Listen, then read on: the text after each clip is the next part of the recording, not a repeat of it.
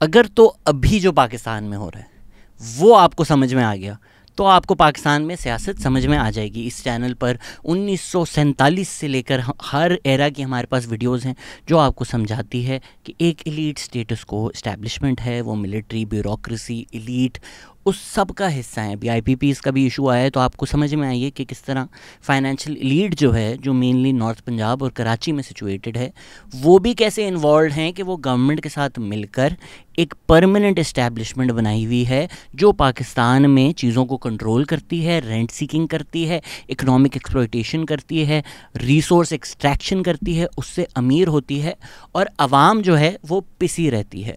और आवाम को जो लॉलीपॉप दिए जाते हैं कभी तब्दीली के नाम पर, कभी इनलाइटेड मॉडरेशन के नाम पर, और आपको लगता है कि हाँ ये हकीकी आज़ादी आ गई। असल में पाकिस्तान में सियासत है WWE। तो अगर अभी आपको अंडरटेकर केन लड़ते हुए नज़र आ रहे हैं ना, असल में वो भाई हैं हमारी ज़िंदगी में। तो जब PDM बाहर थी वो कहती थी वोट को इज़्ज़त दो, ये इन लोगों ने किया है, सब मिलिट्री ने किया है, सब गलत किया है, हम आएंगे डेमोक्रेटिक मूवमेंट लेकर।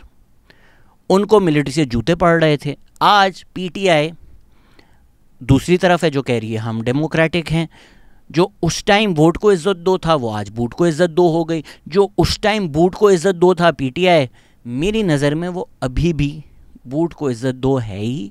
ये जो WWE चल रही है ना, ये जो विंस मैकमैन को स्टोन कोल्ड स्टनर मार रहा है और आपको लग रहा है कि स्टोन कोल्ड ने तो मिस्टर मैकमैन को तबाह कर दिया, ऐसा कैसे हो सकता है कि जब ये बैक स्टेज जाएँ रॉ इज़ वॉर के बाद, या रॉ तो साथ वालों की स्मैकडाउन कर लें, तो पीछे विंस मैकमैन और स्टोन कोल्ड स्टीव ऑस्टिन झपियाँ मार रहे होंगे। तो जो डी चौक में हुआ पिछले हफ्ते, उससे कई PTI के लोगों की आंखें खुल गई हैं मेरी नज़र में। अहमद फराज जो एक शायर हैं, उन्होंने भी लोगों ने उनको जेन जी का हबीब जालिब कहा, तो मेरे ख्याल से अब वो भी शायरी लिखेंगे कि ऐसे दस्तूर को और इस गंडापुर को मैं नहीं मानता, मैं नहीं जानता। तो जो गंडापुर पे भरोसा था लोगों का, जो गरीब के बच्चे आगे गए थे, जिन्होंने देखा डी चौक पे कि सानू डी चौक ते बुला के गंडापुर माही कित्थे रह गया, इसमें एजाज़ सैयद ने खुल के रिपोर्ट किया कि जी गंडापुर आए हैं। अब ये एजाज़ सैयद पे आप यकीन करते हैं नहीं करते, मुझे वो क्रेडिबल लगते हैं। हर कोई जो ज़राए करता है वो जर्नलिस्ट नहीं होता। एजाज़ सैयद एक प्रॉपर जर्नलिस्ट है। मैं आपको सोर्स बता रहा हूँ, आप नहीं मानते तो ना माने। एजाज़ सैयद ने बोला है कि he stands by this news, he is heard, he knows this from credible sources, कि गंडापुर एक डील के साथ आए थे इस्लामाबाद। ये बोलकर आए थे कि यार इमरान खान की बर्थडे भाई, थोड़े पटाखे फाड़ने दो आज, उसके बाद SCO हम गुजार देंगे, SCO बिल्कुल तमीज़ से होगा, आइंदा नहीं आएंगे, आ जाने दो यार, खान साहब इंसिस्ट कर रहे हैं। तो वो आए एंड ऑब्वियस सी बात थी कि PTI सपोर्टर्स बोलेंगे भाई कॉन्स्टिट्यूशनल अमेंडमेंट की हम रुकवाने आए थे। नहीं आए थे यार, इमरान खान को छुड़ाने आए थे। PTI सपोर्टर्स का वो आइडिया था। पहले अली अमीन गंडापुर तड़ियाँ भी दे चुके थे कि दो हफ्ते में नहीं आया, निकाल लेंगे हम, तो वो वही करने आए थे और PTI सपोर्टर्स को भी यही लगता था यही करने आए थे। सर वो आए हैं, फिर वो गायब हो गए हैं। PTI की कोई लीडरशिप नहीं है। उन्होंने बोला हम चाहते तो हम जाकर अरेस्ट हो सकते थे लेकिन हम नहीं हुए। तो ये जो PTI के सपोर्टर्स हैं वो खुलकर गालियां भी दे रहे हैं अपनी लीडरशिप को कि वो गायब थी, पूरी की पूरी लीडरशिप गायब थी। एजाज़ सैयद ने बोला अली अमीन गंडापुर ISI के मरगला हिल्स में एक हाउस है वहाँ पर थे, डील के तहत आए थे, लिमिटेड उनको करने दिया जो वो आगे बोल सकें कि यार हम तो गए थे, हमने तो ये किया। उसके बाद कहा गया अच्छा जी वो अरेस्ट हो गए हैं, वो अरेस्ट नहीं हुए, KP असेंबली में निकल कर आए। एजाज़ सैयद ने यह भी बोला कि आप नोटिस करें कि जब से ये हुआ है अली अमीन गंडापुर ने सिर्फ IG इस्लामाबाद को टारगेट किया है, इस्टेब्लिशमेंट के बारे में कुछ नहीं बोला। या PTI की जो बाकी लीडरशिप है इस वक्त, उमर अयूब खान हो गए, अली अमीन गंडापुर हो गए, इस तरह के जो सारे लोग हैं वो अब इस्टेब्लिशमेंट को नहीं टारगेट कर रहे। तो मेरी नज़र में अब PTI सपोर्टर्स और मैं जो हूँ, आई थिंक हम 99% अब एग्री करते हैं। वैसे तो मुझे बहुत गालियाँ पड़ी हैं, मुश्किल सफ़र रहा है। 5 साल पहले आप लोग मुझे गालियाँ देते थे जब मैं कहता था पाकिस्तान का फंडामेंटल मसला मिलिट्री इंटरफियरेंस है। आप कहते थे नहीं, जनरल बाजवा को बोला गया है बाप बोलने का, हम तो बोलेंगे। फिर मैं कहता था अच्छा डायनेस्टिक पॉलिटिक्स पाकिस्तान के टॉप 50 मसलों में से नहीं। आप इंसिस्ट करते थे कि नहीं ये तो सबसे बड़ा मसला है, टॉप मसला ही ये है नेपोटिज़म। अब PTI सपोर्टर्स कहते हैं कि जी Aleema Khan is the only one we trust. Why? Because she is family. तो अगर तो डायनेस्टिक पॉलिटिक्स है पाकिस्तान में तो किस वजह से? क्योंकि पॉलिटिकल पार्टीज़ को तोड़ा जाता है, उनके लोगों को तोड़कर इस्टेब्लिशमेंट अपनी गोद में लेती है। तो the only people a political party can trust is families. The only political parties who survived in Pakistan are families.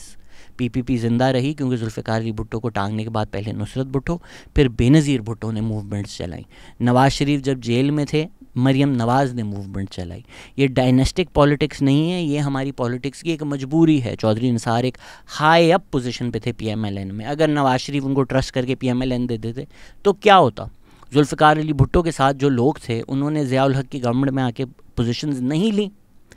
सो क्योंकि मिलिट्री पॉलिटिकल पार्टीज़ में घुसकर लोग तोड़कर पीएमएलक्यू जैसे फ्रैंकेनस्टाइन्स बनाती है, पाकिस्तान पीपल्स पार्टी पार्लियामेंटेरियंस और जो सारी अलग अलग पार्टीज़ बन रही होती हैं, उसकी वजह से पाकिस्तान में डायनेस्टिक पॉलिटिक्स है। Because the only way to ensure कि आपकी पॉलिटिकल पार्टी ज़िंदा रहे is family, because family is the only thing you can trust. इसीलिए सारे पीटीआई, सारे नहीं चले, मोस्ट पीटीआई सपोर्टर्स वो उमर अयूब ख़ान को नहीं फॉलो करेंगे, वो अली अमीन गंडापुर को नहीं फॉलो करेंगे। वो इसलिए फॉलो कर रहे हैं क्योंकि उनको अभी लगता है कि ये इमरान खान के साथ है। कल नहीं होगा तो शेर अफजल मरवत के जो फ़ैन कैम्प्स बन रहे थे अब नहीं बनते, अब उनको वो पजीराई नहीं मिलती जो पहले मिलती थी। ये समझें आप लोग, चांद हैं सारे, सूरज पीटीआई के लिए इमरान खान ही है।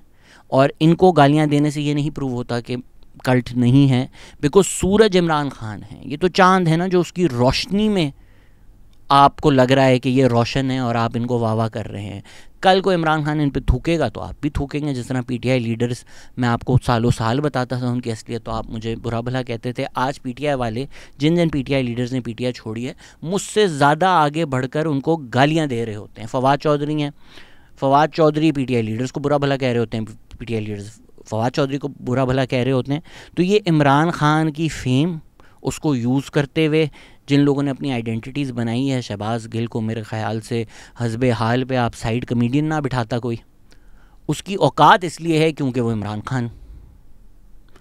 तो मैं जो सारी बातें कर रहा हूँ, मुझे लगता है PTI supporters have also woken up to that.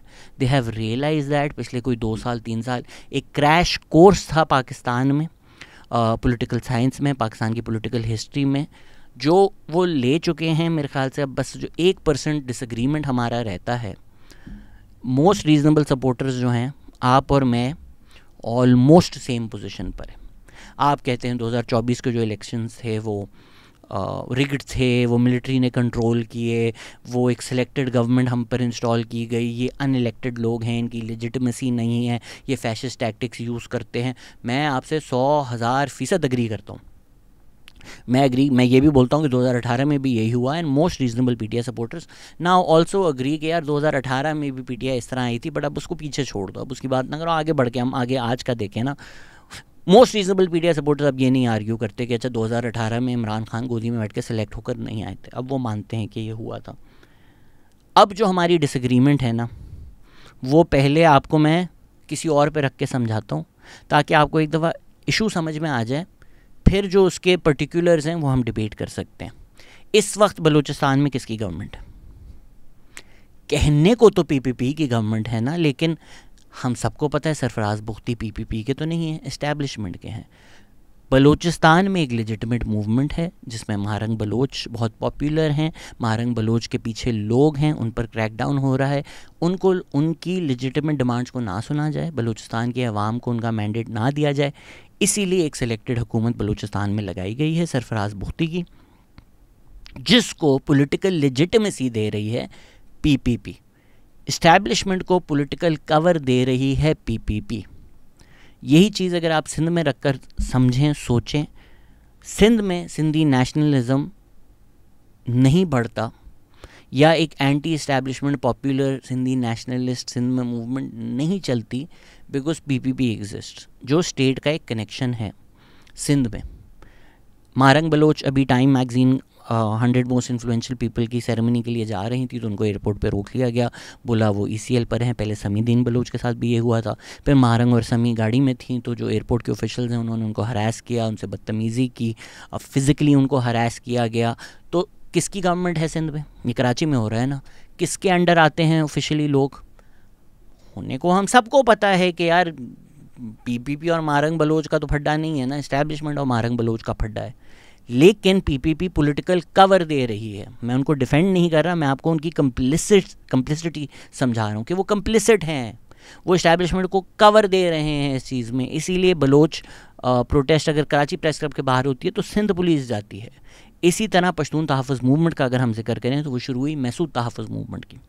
Naqeebullah Mehsud का कत्ल किया गया एक फेक पुलिस इनकाउंटर में, जिसमें राव अनवार थे। आप people who are in the know उनसे पूछें तो ये क्लेम किया जाता है, I am being very careful with my words deliberately, कि वो इस्टेब्लिशमेंट के बंदे हैं राव अनवार। लेकिन जरदारी ने आके उनको ओन किया, इस्टेब्लिशमेंट के एक्शंस को पॉलिटिकल कवर दिया PPP ने।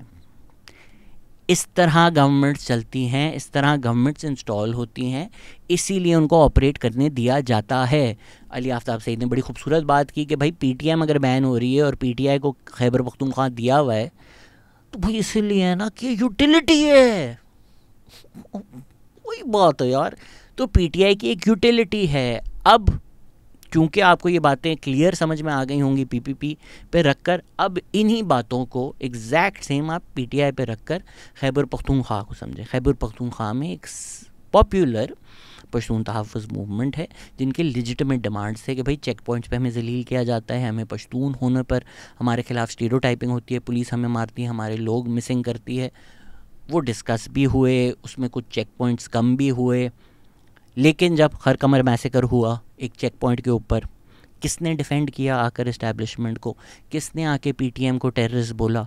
आजकल जो पॉडकास्टर्स डेमोक्रेसी की बात करते हैं वो लिस्टें बनाते थे कि यार PTM के कौन कौन टेररिस्ट हैं, कौन कौन अकाउंट्स इनके फेवर में हैं। मुराद सईद ने आके असेंबली में आके PTM को टेररिस्ट बोला।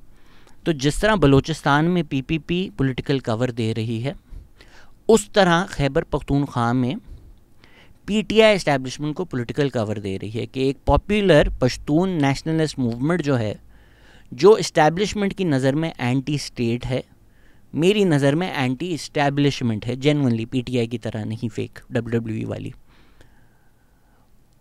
वो ना पॉपुलर हो तो उसके बदले में, जिस तरह पहले भी कह चुका हूँ, कई वालदा जो होती हैं जो बोलते हैं what do you want biryani, we have biryani at home.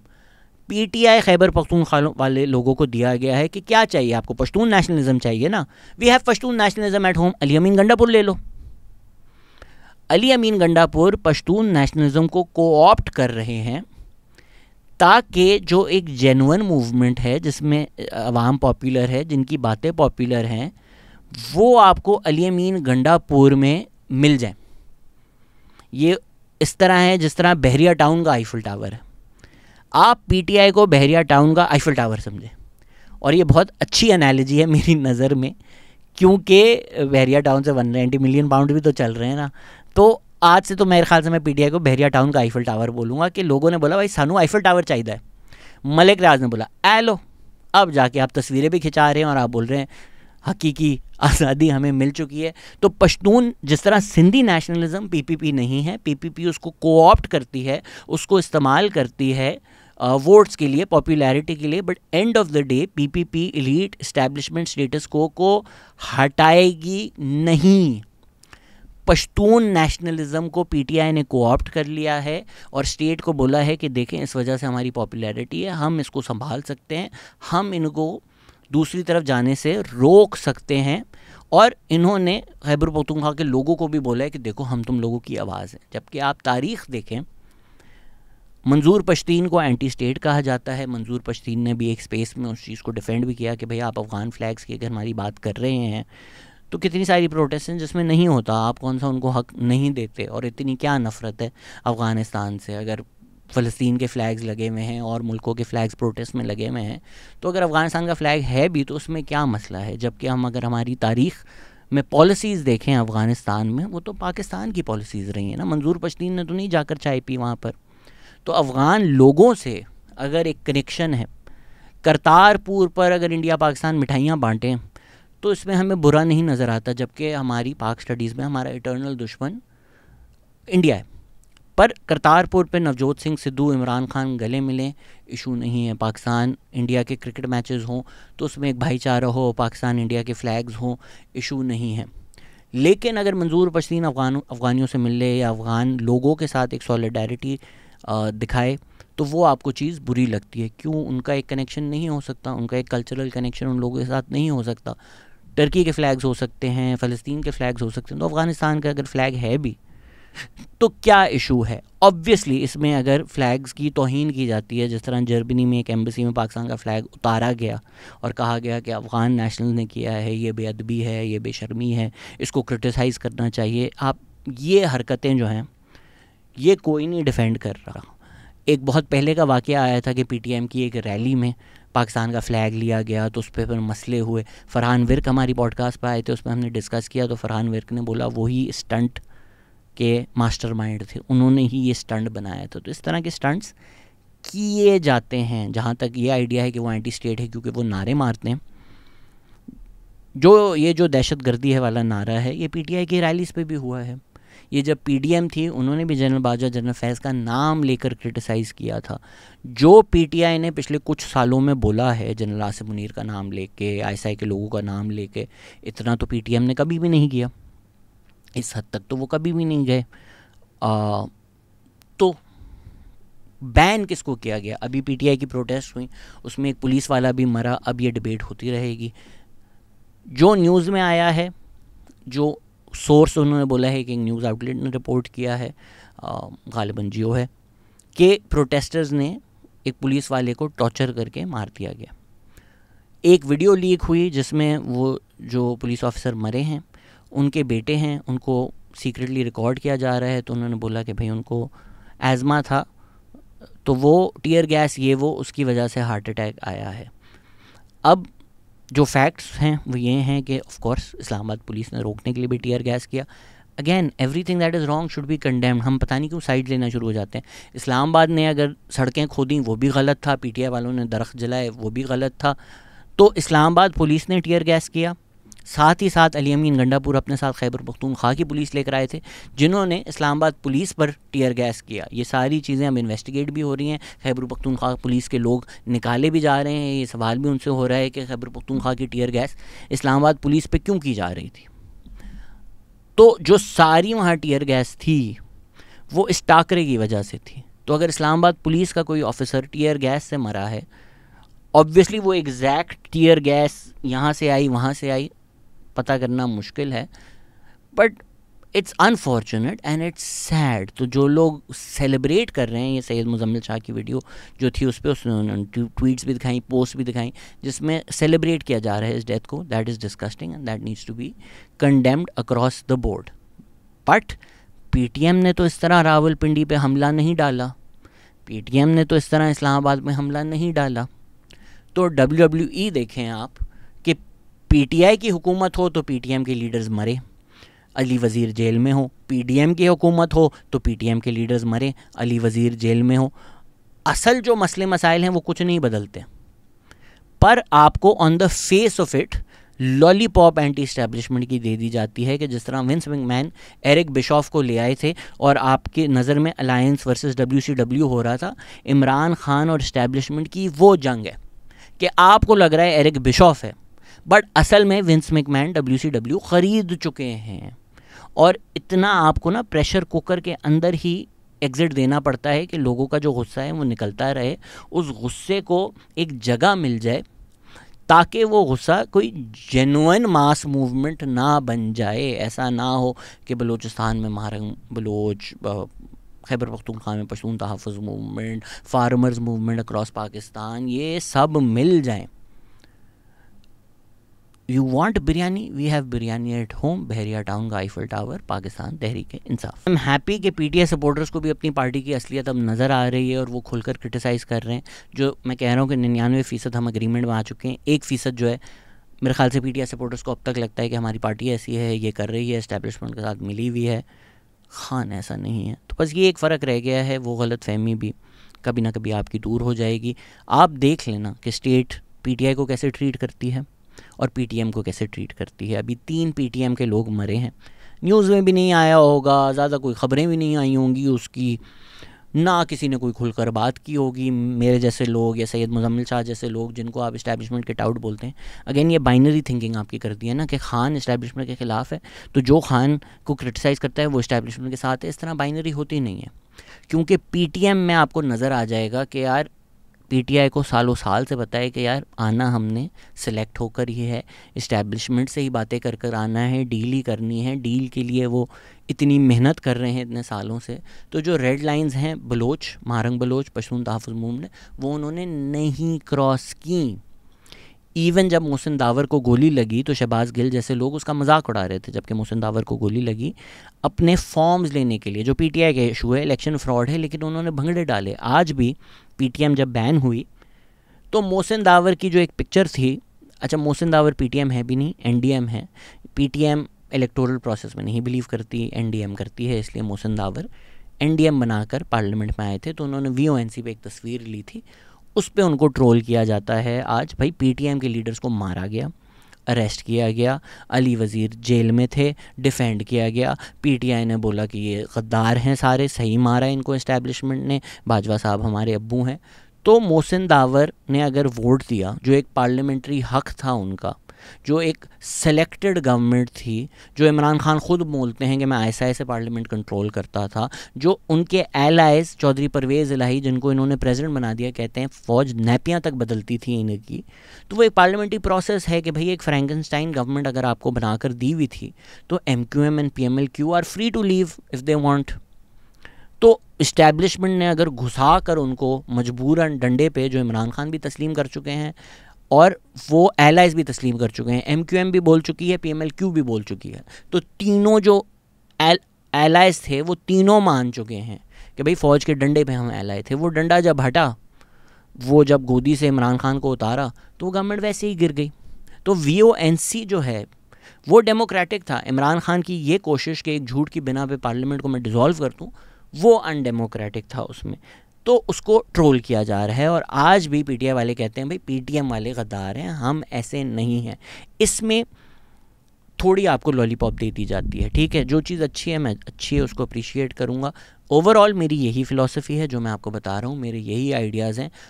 कल को अगर मैं प्रूव रॉन्ग हो जाता हूँ कि पीटीआई और पीटीएम साथ मिल जाती है, बोलती है हमारे सेम हैं, हमारे ग्रीवियंसेस सेम हैं, हमारी बातें सेम हैं, हम एक दूसरे को पूरा खुलकर सपोर्ट करेंगे और हम साथ खड़े हुए हैं और हम genuine anti establishment, I will be like wow I got proven wrong.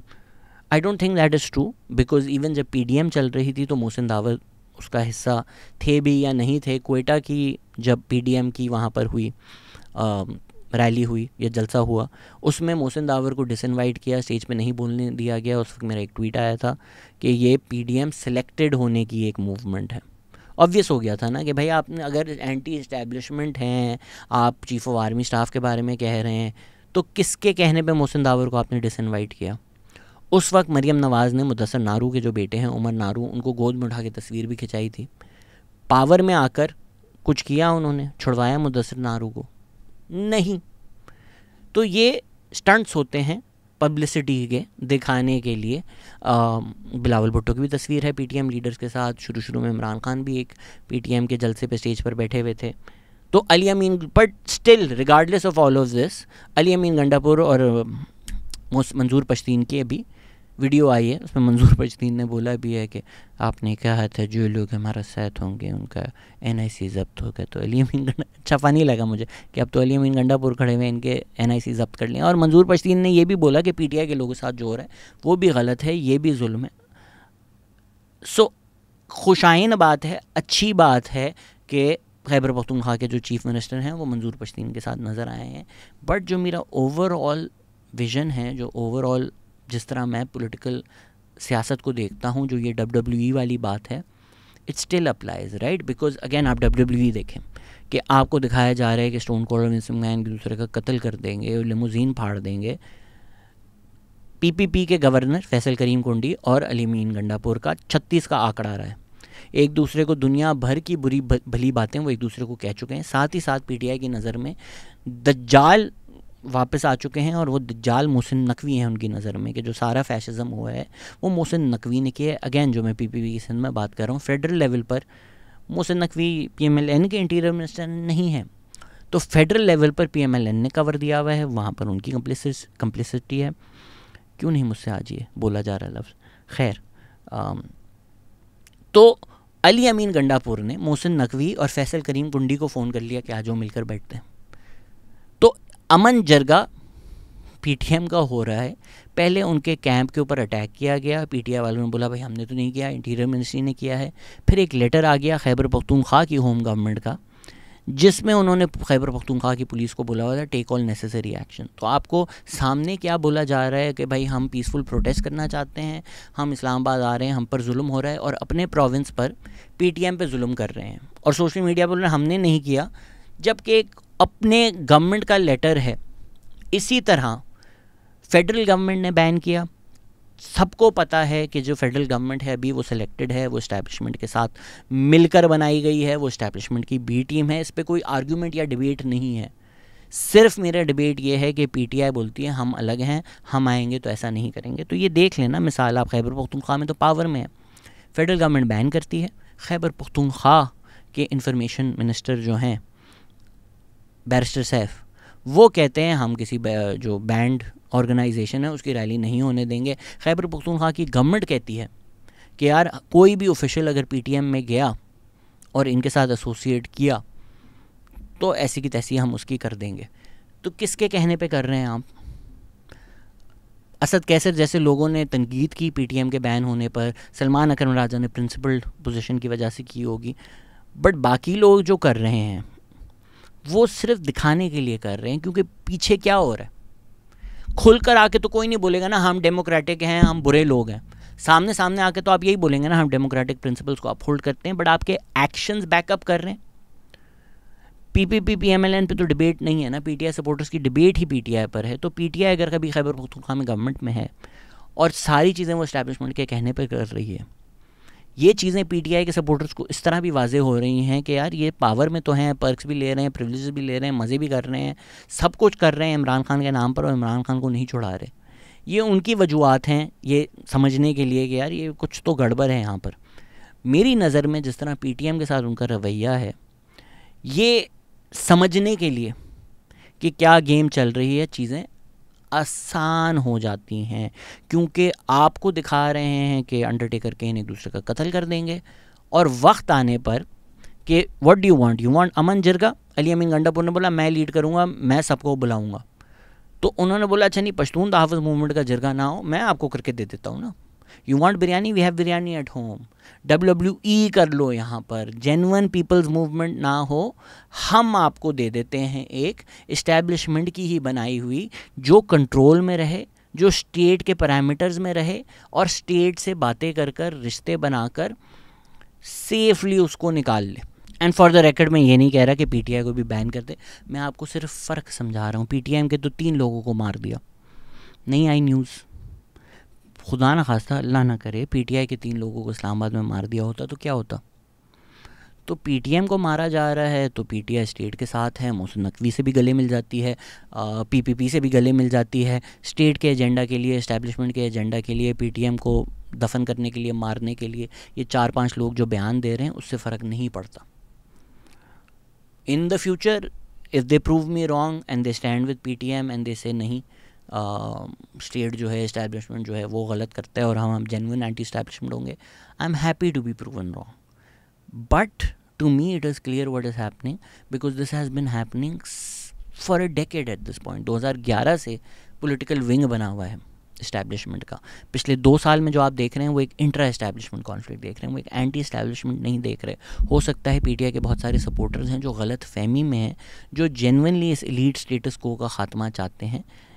कल को अगर इमरान खान प्राइम मिनिस्टर बन गए, मेरी नज़र में, और सारे जो लोग पीटीआई का हिस्सा नहीं हैं, मेरे ख़्याल से सबकी नज़र में, इमरान खान वही करेंगे जो आज शहबाज शरीफ कर रहे हैं, और इसी मौके के लिए वो सब कर रहे हैं जो वो इतने सालों से कर रहे हैं। इसीलिए पीडीएम ने किया था, इसीलिए पीटीआई कर रही है। ये जो एलीट स्टेटस को पार्टीज़ हैं, पीपीपी, पीएमएलएन, पीटीआई, ये कभी जेन्युइन तब्दीली नहीं लाएंगे। ये एलीट स्टेटस को, इस्टेब्लिशमेंट का जो कंट्रोल है पाकिस्तान पे वो कभी नहीं तोड़ेंगे, और ये लोग हमेशा इस्तेमाल की जाएंगी जेन्युइन पीपल्स मूवमेंट को दबाने के लिए। ये पाकिस्तान की असलियत रही है 70 साल तक, और इसी का नया रूप पीटीआई है।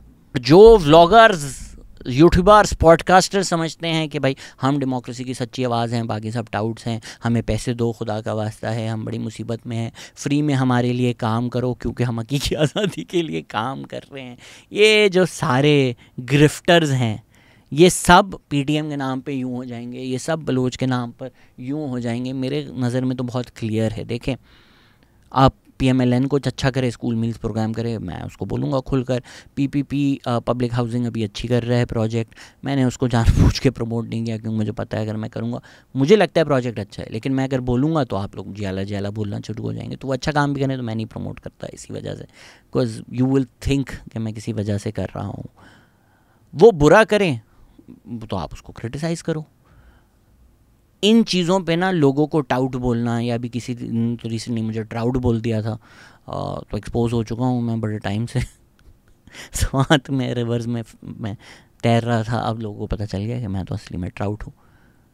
असल में ट्राउट और सैल्मन का जो फ़र्क है वो इस तरह निकालें हम कि जो ये रेड लाइन इश्यूज़ हैं कि WWE इतना खुलकर नहीं बोलेगी, CM पंक नहीं हो जाएगी, बताओ भाई, वो ये हैं बलोच कॉज, पीटीएम, ये प्रॉपर रेड लाइंस है जो नहीं पीटीआई क्रॉस करती, जो नहीं सपोर्ट करती। और बार बार उनके जो सपोर्टर्स हैं वो भी यही बोलते रहते हैं कि देखो देखो असल गद्दार तो ये लोग हैं। बिलावल भुट्टो ने तस्वीरें खिंचवाई हुई हैं पीटीएम के लोगों के साथ, तो सर असल गद्दार तो ये हैं। वापस हमें गोदी लो। पीटीआई का जो 2 साल से सॉन्ग रहा है, एजेंडा रहा है, वो वही है जो इंडिया के कोक स्टूडियो का गाना है, गोदी लो हमें, गोदी लो, गोदी लो, गोदी लो। और जो लोग डी चौक गए थे वो उनको मैं वही कहूँगा जो उनके साथ हुआ कि भाई वो देखें कैमरा और हाथ हिला दें।